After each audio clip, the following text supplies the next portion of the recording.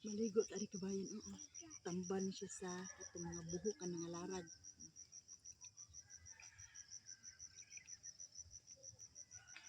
Buhok sa pangalarag.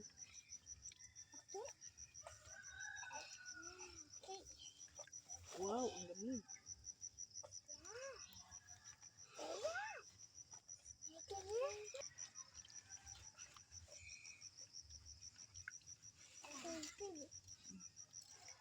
Inani mi sa una, nag-eskwela ni ko ang grade 5.